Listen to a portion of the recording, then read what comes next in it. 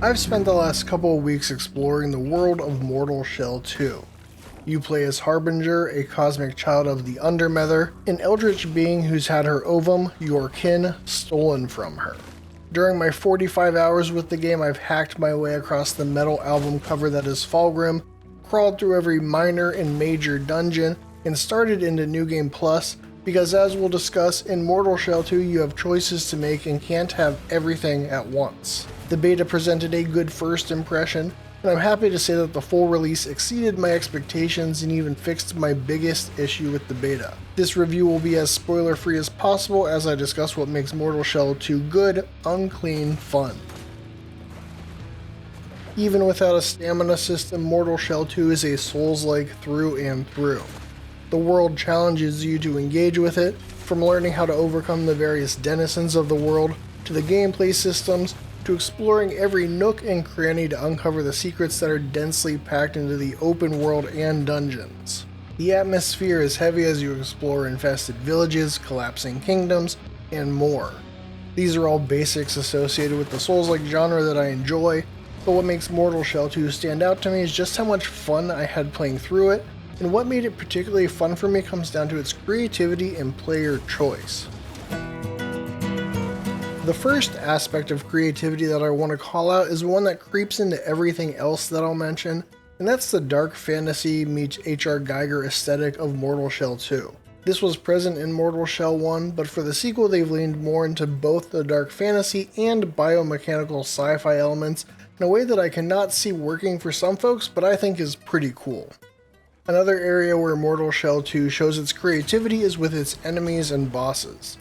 Their visual designs and concepts across the board are wonderful and weird, straddling that line between gnarly and goofy that I love. And part of the fun of the enemy designs are the delightfully brutal executions you can perform on them. Whether it's stabbing, stomping, kicking, or a myriad of other actions, they add an extra layer of bombastic violence to the combat. And something that I think is cool is there's also a lot of encounters where enemies are fighting each other.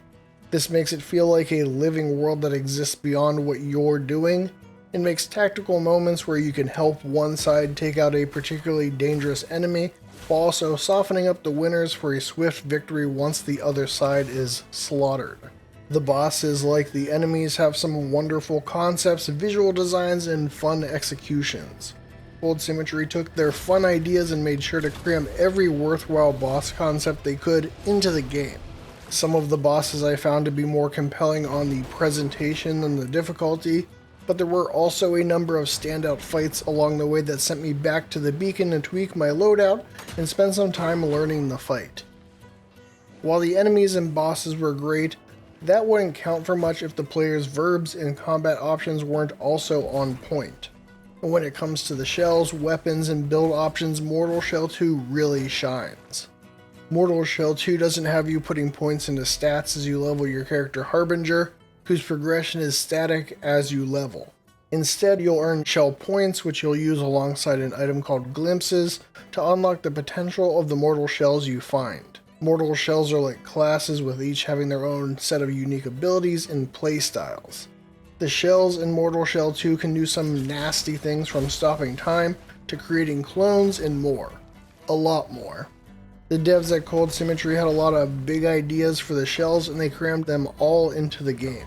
I was talking with some other reviewers discussing which shells they thought were best, and everyone seemed to have different answers. And in my experience, if you have a bunch of gamers arguing that different characters are best, it means they're all great in the right hands. For myself, I primarily used the Cosmic Goth Proxima during my first playthrough. She's one of the first two shells that you're likely to find, and I think she's great for a first playthrough. She has an ability called Biosampler that gives her a permanent buff against enemies, and another that gives a chance for enemies to drop a unique item that she can sell for gold. But most importantly, her Biosampler can be upgraded to shoot lightning and afflict enemies with stasis, a status that makes them move in slow motion for a short time, and during my playthrough it came in super handy against enemies and bosses alike.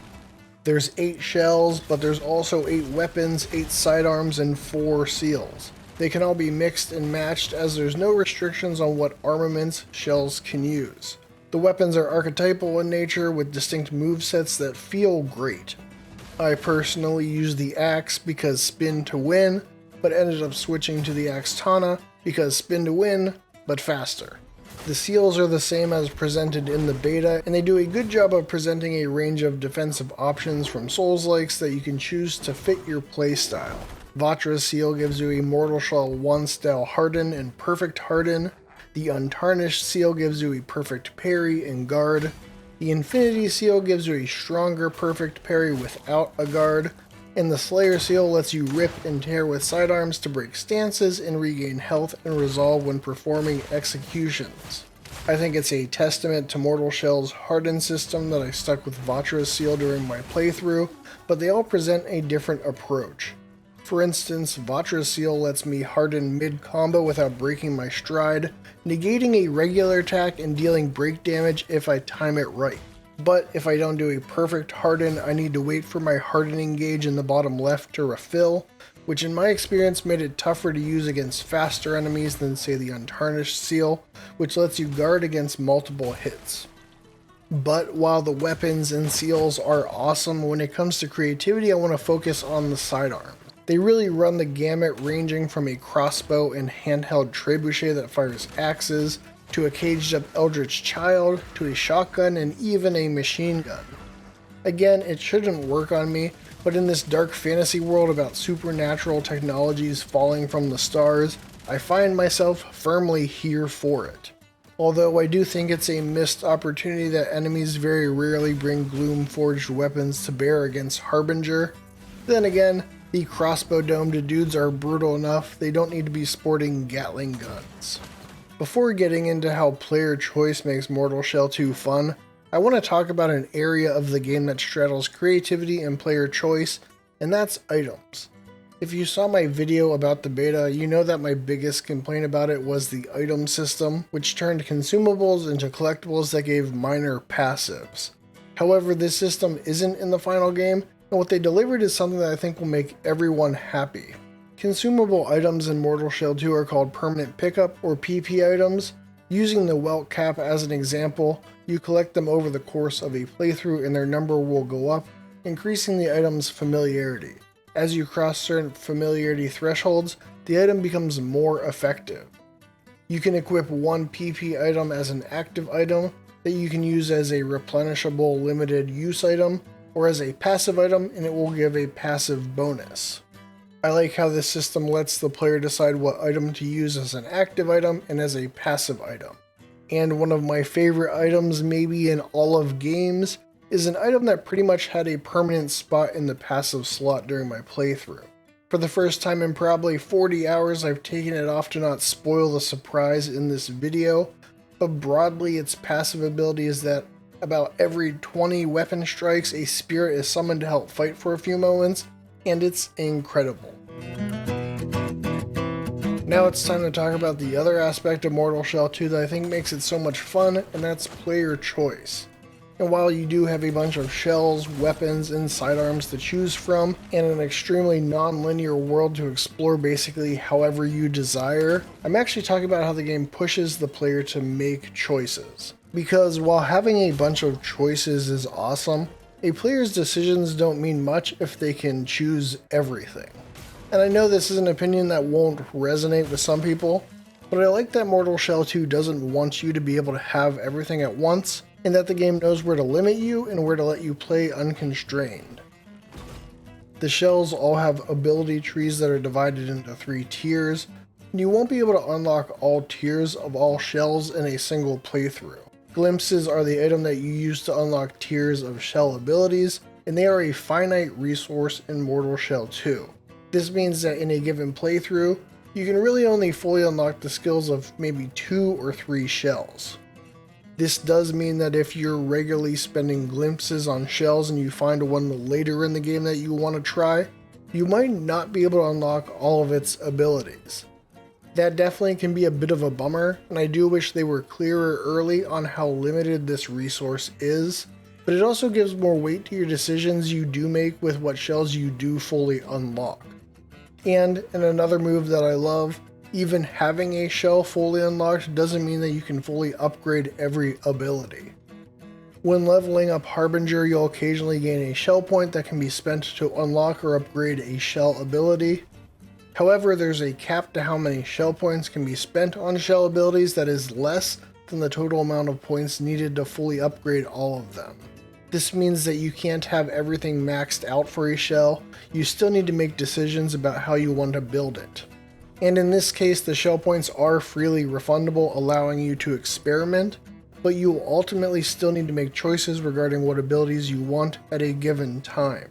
As a pro tip, you can also refund shell points from one shell and put them onto another, making it so that shell points more so represent Harbinger's ability to inhabit shells in general, versus how much they're able to inhabit a single shell.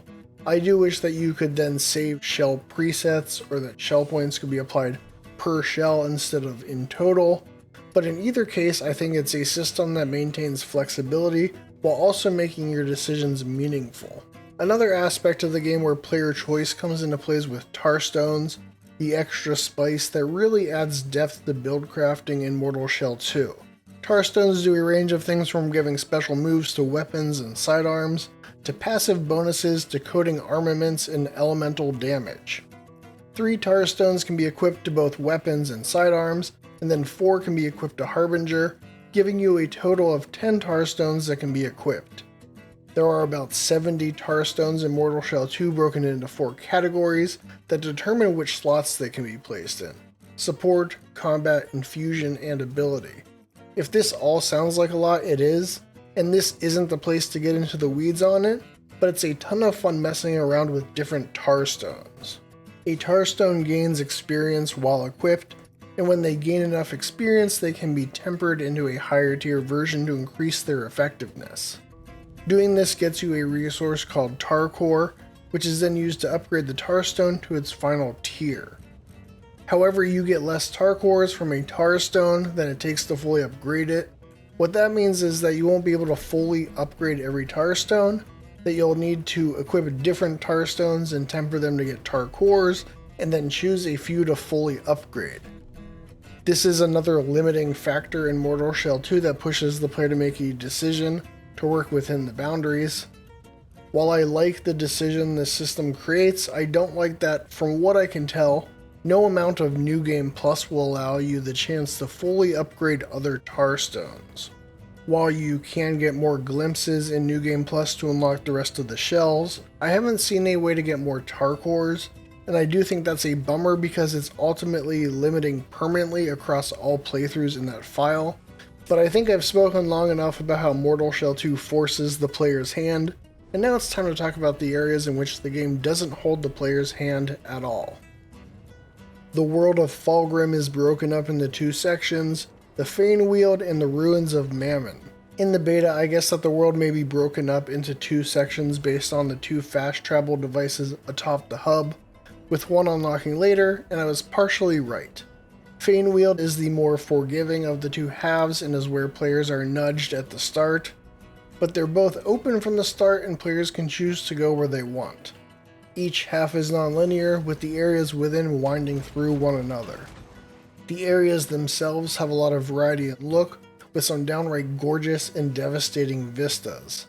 The level design of the areas is pretty good, with multiple paths to take as you make your way around. Within each area is a gate, which contains something akin to a legacy dungeon from Elden Ring. These are more linear dungeons with some minor shortcuts, and while I don't think they're masterpieces of level design, they're fun to play through and most importantly engaging to explore. And I think what makes the world and dungeons of Mortal Shell 2 so engaging to explore is that very little is directly pointed out, and in fact the world is more than happy to hide secrets from players. Mortal Shell 2 is the type of game where there's something behind every waterfall and a secret underneath every rock. Oh, and illusory walls, lots of them. Mortal Shell 2 is dense with incident, but it's happy to hide it if you're not paying attention.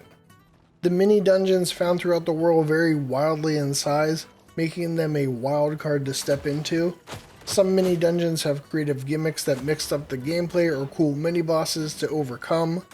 But there are some mini dungeons that were so small and seemingly straightforward that I wasn't sure why they existed.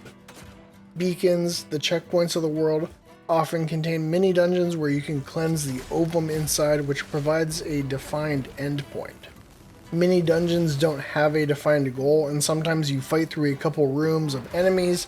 Those moments felt a bit anticlimactic and had me wondering if I missed a secret, and sometimes I had, which made every nothing burger dungeon feel even more suspicious. Another bit of player freedom in Mortal Shell 2 are the diegetic difficulty modifiers. The easy mode of Mortal Shell 2 is the Slayer Seal. I only used it in the beta, but the Slayer Seal making firearms deal break damage and heal on riposte is super powerful.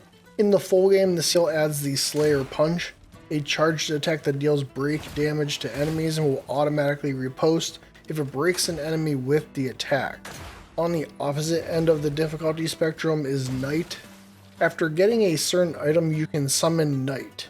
This darkens the world, buffs enemies, adds enemies, and generally makes the world more difficult. The trade-off is that you get more Gloom, the souls of Mortal Shell 2, and there are a handful of Night exclusive secrets such as NPCs that you'll only find at night. Night exclusive content is often hinted at in the world via note, and none of the content has any major effect on the game, so you don't need to worry too much about only occasionally summoning the Night.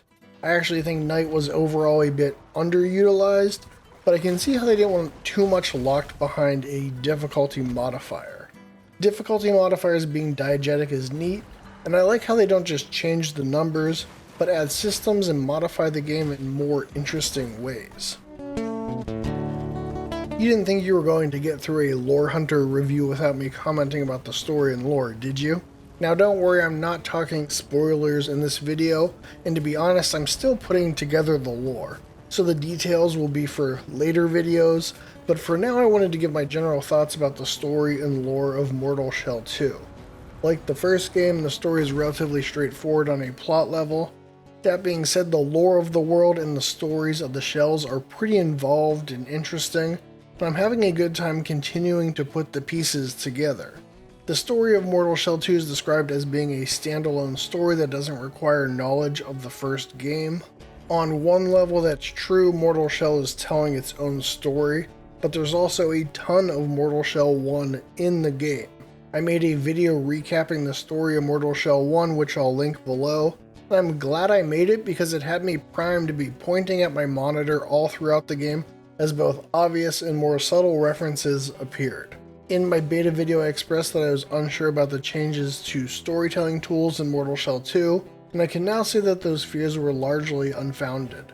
While the item descriptions in Mortal Shell 2 are a bit sparse with world building, there's notes and other bulletin boards in the world that do a good job of world building and giving pathos to figures that loom large over the world. The shell memories are well done from the shells I've unlocked, and I look forward to seeing how all of the shell's stories intermingle with the world of Mortal Shell 2. There's already been some pretty interesting revelations, but I'll have to save that for another video. To wrap up the video, I have a few miscellaneous thoughts I couldn't fit in elsewhere. Regarding performance, I played the game on PC and I didn't have any major issues. I did have a few minor issues that I'll describe as fun bugs, such as managing to lock a boss outside of their own arena, but the devs have been hard at work taking care of things and the day one patch seems to be tightening things up nicely. I also wanted to reassure those who played the beta that you do unlock the ability to fast travel between beacons in the full release, so you don't need to return to Marrow Keep every time. Another quality of life item I liked is that weapons and sidearms remember the tar stones equipped to them, which is really convenient when you're trying out a new weapon. And that's Mortal Shell 2, good, unclean fun. It sets itself apart from other Soulslike with its focus on creativity and player choice that made it a blast, and Cold Symmetry should be immensely proud of what they've produced. I have affection for the first Mortal Shell game, but damn, Mortal Shell 2 is on a whole other level. Thank you for taking the time to watch this video. I hope it was informative and worth a like or even a hype if you're on mobile, as all of that really does help boost visibility. Has this video tempted or dissuaded you from trying out Mortal Shell 2? And if you've already played it, how did you get on with it? Let me know in the comments. As always, thank you for your support, praise the Undermether for Gorf, and thanks for watching.